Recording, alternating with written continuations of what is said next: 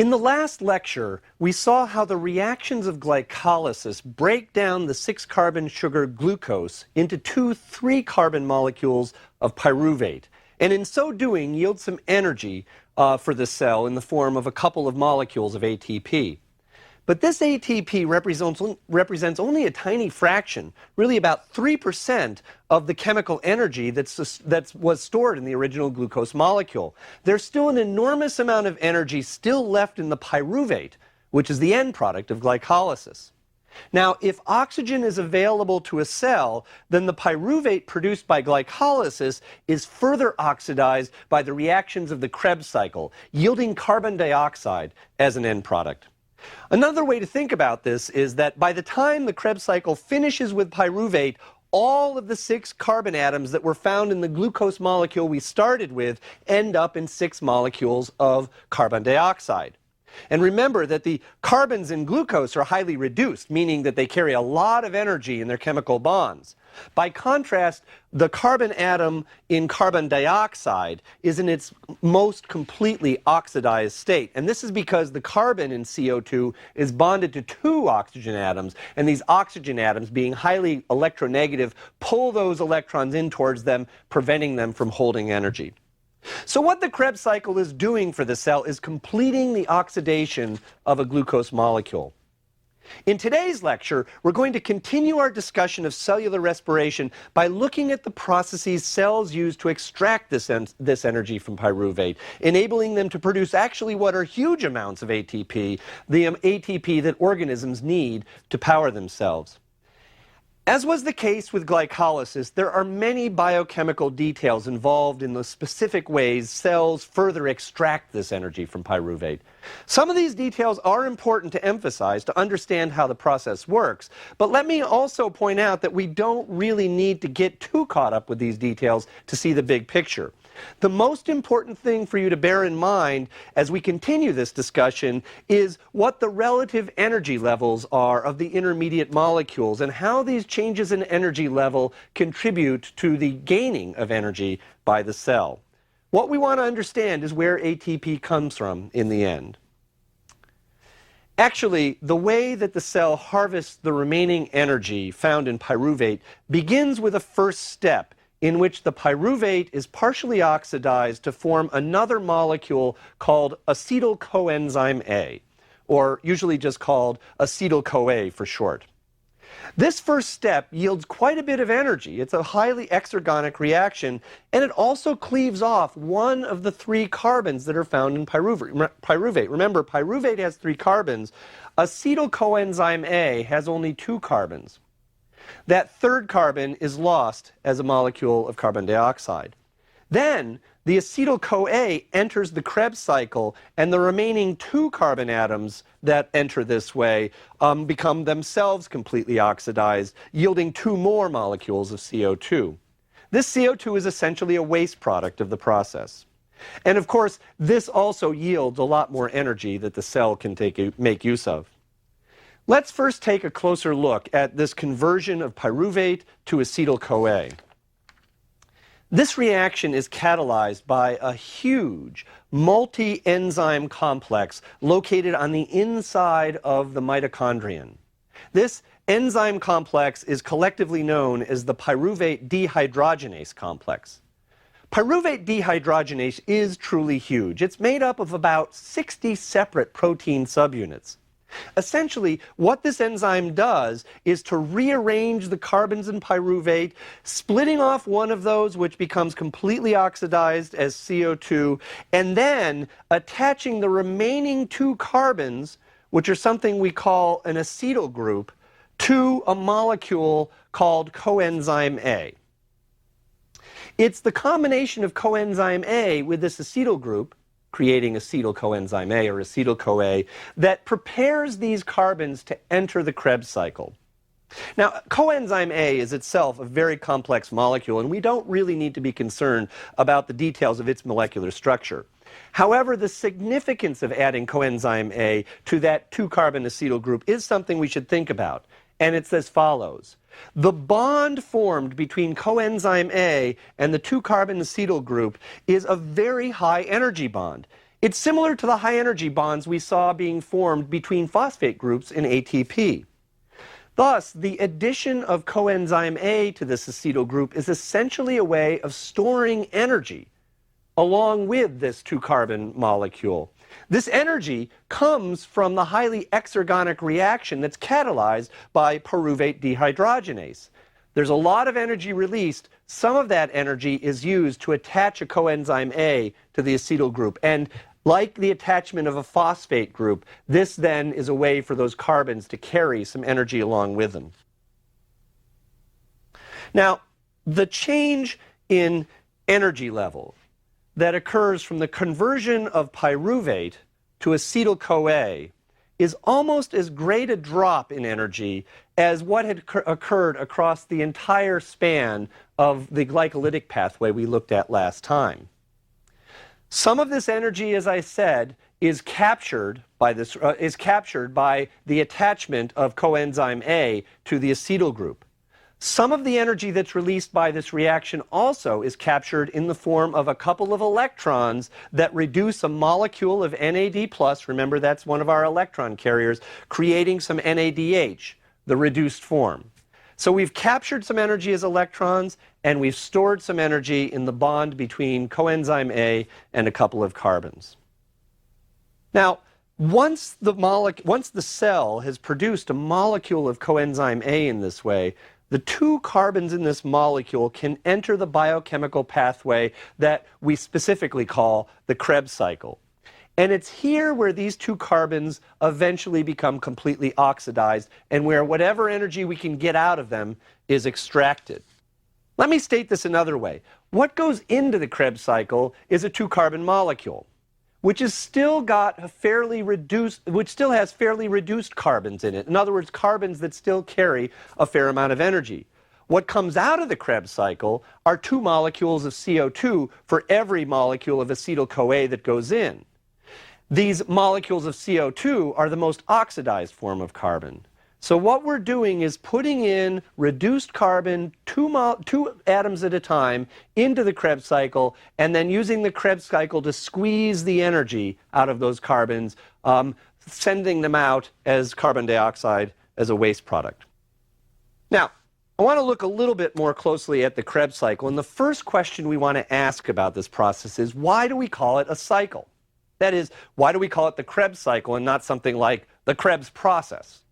Well, the reason is that the intermediate compounds in this process, that is, those compounds that are each catalyzed enzymatically from one to another along the metabolic pathway, regenerate themselves in a cyclic fashion. In glycolysis, for example, we started with a particular substrate, glucose, and we ended up with a particular product, pyruvate. We had glucose, it went to pyruvate. When we ran out of glucose, the reactions of glycolysis didn't run. However, in the Krebs cycle, the final molecule that's produced by the series of enzymatically catalyzed reactions then cycles back into the beginning of the process at the start. When Hans Krebs, in the 1930s, remember he's the scientist for whom this process is named, and other biochemists started to look in detail at the reactions involved in the oxidation of acetyl-CoA, they noticed an unusual pattern. They noticed that none of the 8 intermediate compounds, there are 8 compounds in this cycle, none of these 8 compounds ever got used up in any sense. Krebs's greatest contribution was to understand that the reason that this occurred was because these reactions occurred in a cyclic fashion, with the final product forming a substrate back at the beginning. This means that what actually happens is that we have a constant cycling of these 8 compounds around to each other, and they never run out. Now, this leads us with a little question. If the Krebs cycle is a cycle, how does acetyl coenzyme A ever get into it? Remember, those are the carbons that we want to oxidize. Well, this happens in the first step of the Krebs cycle, in which the 2 carbons that are donated by acetyl-CoA become combined with a 4-carbon compound called oxaloacetate. The acetyl group and the oxaloacetate combine to form a 6-carbon molecule called citrate.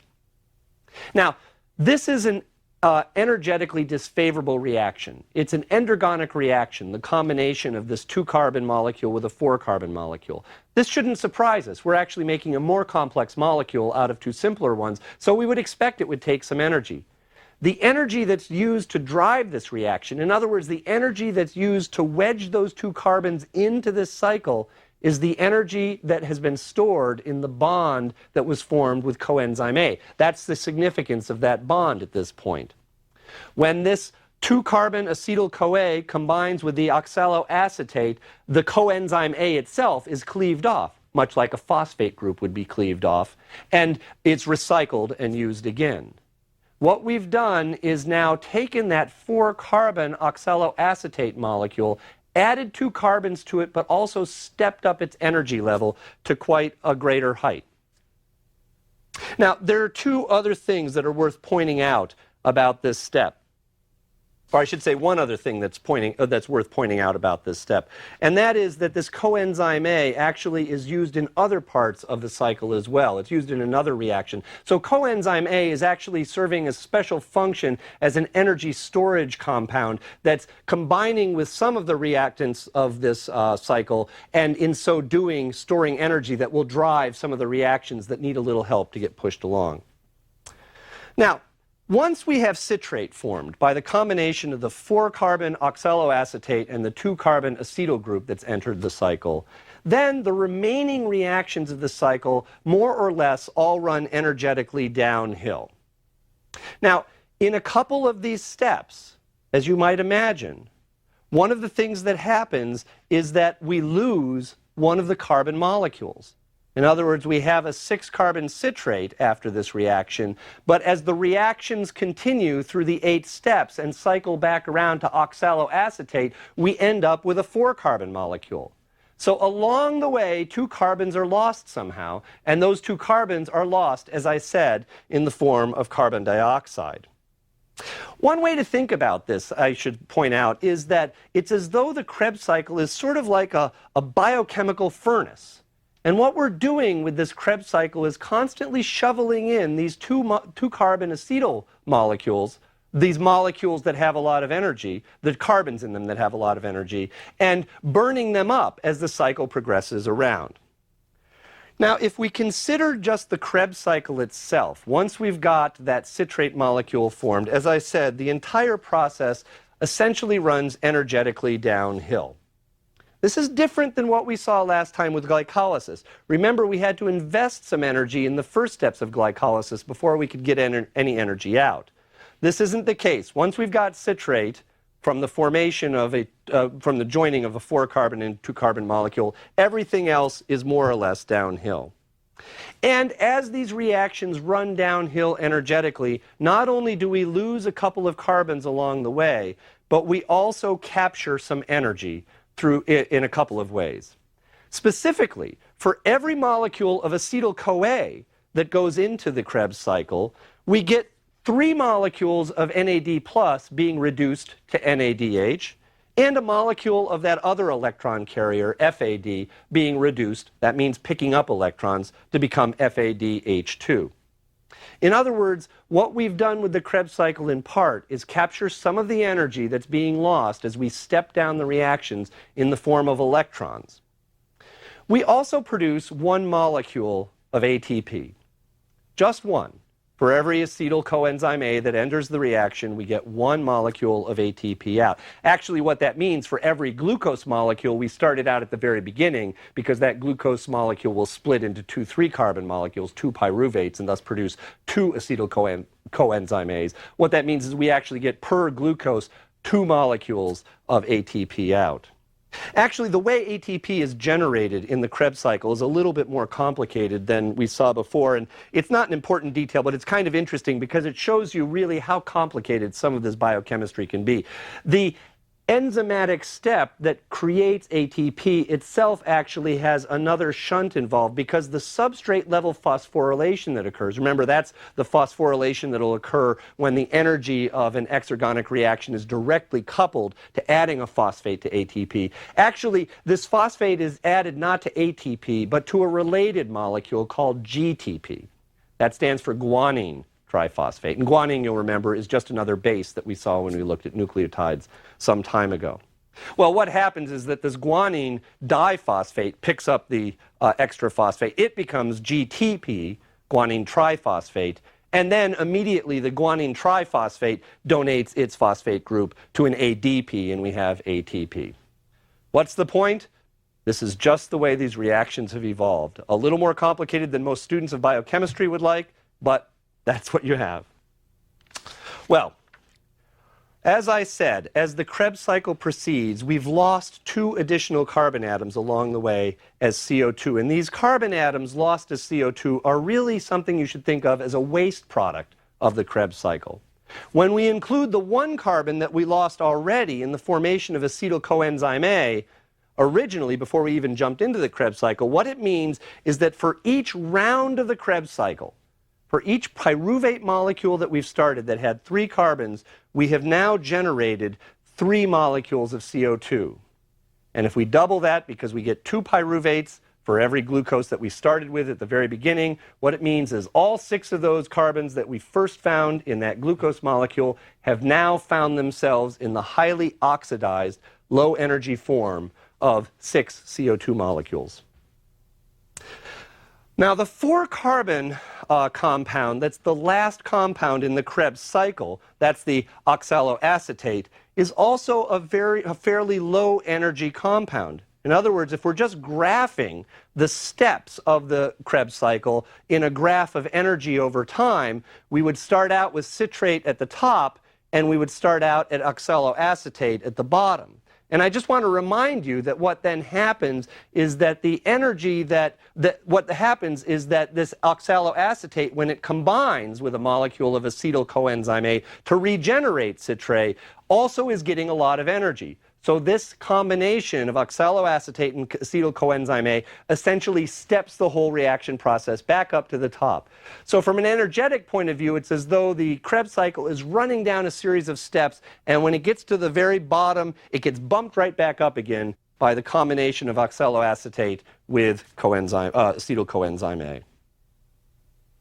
Well, okay, that's the Krebs cycle. Now, what I want to do is to just stop for a minute and ask again what the cell has gotten out of all of this.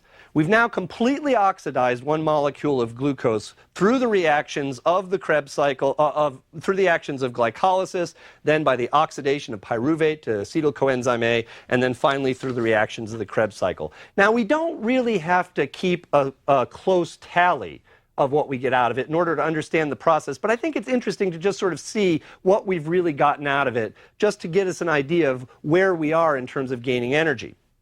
Remember, we started way back at the beginning of glycolysis by the cell having to spend 2 molecules of ATP just to get the process started. Then we got 4 molecules of ATP out, so we had a net gain of 2 molecules of ATP from glycolysis.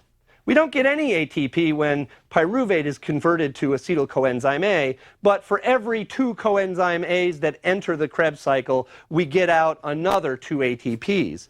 So at the end of the day, when we take that glucose all the way from its most highly reduced form to the most highly oxidized form in terms of carbon dioxide, really all we've gotten out of this is 4 molecules of ATP. That's not really a lot. It's only about 6% of the total free energy that was originally stored in the glucose molecule. On the other hand, the cell has captured a lot of energy in another form, remember. This is in the form of those electrons that have been picked up by the electron carrier molecules NAD and FAD. And we've actually picked up quite a bit of energy that way. For each molecule of glucose that's oxidized entirely, 2 molecules of reduced NADH were produced during glycolysis. 2 more molecules of NADH were produced during the oxidation of pyruvate to acetyl coenzyme A. And then another 6 molecules of NADH and 2 molecules of FADH2 were produced during the Krebs cycle. Now, if we just sort of figure out what the bottom line is here, and we don't worry about the differences between NAD and FAD for the moment, what this means is that a total of 12 of these electron carrier molecules have been reduced by capturing electrons from the oxidation of carbons originally found in glucose. And these stored electrons represent, it turns out, really a very large amount of energy. Unfortunately, whereas the energy that's stored in the bonds between phosphate groups of ATP, and we've gotten a little bit of ATP out, whereas that energy is immediately usable by the cell because we know that ATP can donate that energy to various processes and reaction. The energy that's stored in these electrons that have been captured by electron carriers is not immediately usable. In fact, it's not useful at all because these electron carriers don't have a way to donate that energy to any other useful process that it wants to power. Instead, what has to happen is that the energy stored in those electrons has to be transferred to some other process, a process that will turn that relatively unusable energy into the usable energy form of ATP. And this is where the electron transport chain comes into play, that third process that I began with. This is where the real energy payoff occurs from oxidizing glucose to carbon dioxide. Well, the electron transport chain is so named because it involves a series of linked redox reactions. Redox reactions that accept electrons originally from the reduced electron carriers, NADH and FADH2, and then pass these electrons from one compound to another, gradually stepping the energy level of the electrons down. And in doing so, releasing this energy in a gradual, controlled fashion that can be used to make ATP. Now, in eukaryotic cells, the molecules associated with the electron transport chain are physically embedded in an internal membrane found in mitochondria. In prokaryotes, I should add, which don't have mitochondria because they don't have organelles at all, these molecules associated with the electron transport chain are actually embedded in the cell membrane itself. Now, one reason this physical arrangement is important is that by being embedded in the cell membrane, the molecules of the electron transport chain can be held tightly in close physical proximity in a way that facilitates their ability to pass electrons from one to another through this series of redox reactions. As we'll see later, there's another very important reason that these molecules are embedded in a membrane, which has to do with the mechanism by which they actually produce ATP. Now, most of the components of the electron transport chain are kinds of proteins that are specialized for accepting and passing on electrons in redox reactions. The specific names of these components don't really matter to us. But what is important is the fact that each compound in the chain is only slightly more electronegative than the previous one. This means that once an electron has entered the chain, it will be pulled energetically down the chain, from molecule to molecule, because the next molecule, being more electronegative in the chain, is going to draw that electron towards it. Eventually, at the very bottom of the electron transport chain, bottom energetically speaking, the electrons are finally passed on to oxygen, which is the ultimate electron receptors. Now, the reduced electron carriers, those are the NADHs and FADH2s that we've been talking about, that the cells produce during cellular respiration, interact with molecules in the electron transport chain that are on the high end of the chain, energetically speaking. That is, they interact with compounds that are the least electronegative compounds in the chain. When they do so, these electron carrier molecules, the reduced ones that we've been talking about, will pass their electrons on. So this is how NADH and FADH2 can lose their electrons and have those electrons do something else that's useful energetically for the cell. Actually, another detail that's kind of interesting but not really key to remember is that the electrons that are donated by NADH enter the electron transport chain in a slightly different place along the chain than the electrons that are donated by FADH2. And actually, the electrons that are donated by FADH2 enter the chain at a slightly lower energy level. So when we think about what we're going to get out energetically from these electron carriers, the NADH is actually giving us a little bit more because it's allowing those electrons to step down further on the chain, energetically speaking. As I said, at the very end of the electron transport chain, the electrons that have been moving down this chain through this series of redox reactions eventually end up associated with oxygen. Oxygen is a very satisfactory final resting place for these electrons for a number of reasons. First, as I said, oxygen is extremely electronegative. It's an electron hog. It's the ultimate acceptor of electrons. So what this means is that actually oxygen is really pulling these electrons towards it inexorably along the chain. As electrons are moving from one compound to another along the chain, they're ultimately being pulled in by oxygen, leaving gaps for electrons higher up, energetically speaking, on the chain, which pull yet more electrons downward. Okay? In fact, you might really think of oxygen as driving the movement of electrons in the electron transport chain. Now, the second reason oxygen is a good place for these electrons to end up is that, in most cases, oxygen is relatively abundant.